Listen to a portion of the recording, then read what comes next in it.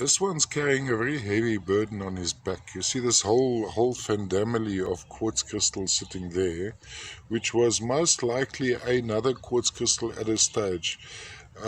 From the home of the Buchenite hook, now here you can see the very typical formation where you'd have a core quartz crystal surrounded by the smaller ones. So it would go there and through there. This is actually an almost intact head. So often what happened at this deposit, you didn't have, as you see here, a predominant quartz crystal. Often you had the quartzes ending in almost a dome, most likely over a central quartz crystal, and there's no real defining large crystal on top. Whereas here you have the largish quartz crystal. Now there's an underlying greyishness to this guy, which could be hematite, less oxidized, so a younger hematite.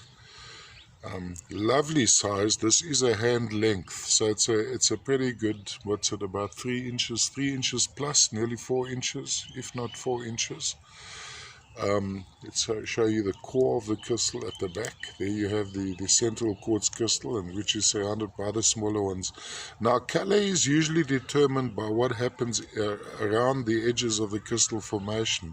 Now, this one is predominantly clear, but the greyishness would make me lean towards a hematite inclusion. There's a lot of iron, hematite at the deposit. The yellowishness would, of course, be caused by girthite. Look at that! Look at that! Lovely, lovely, and it's a fellow who's been carrying this burden.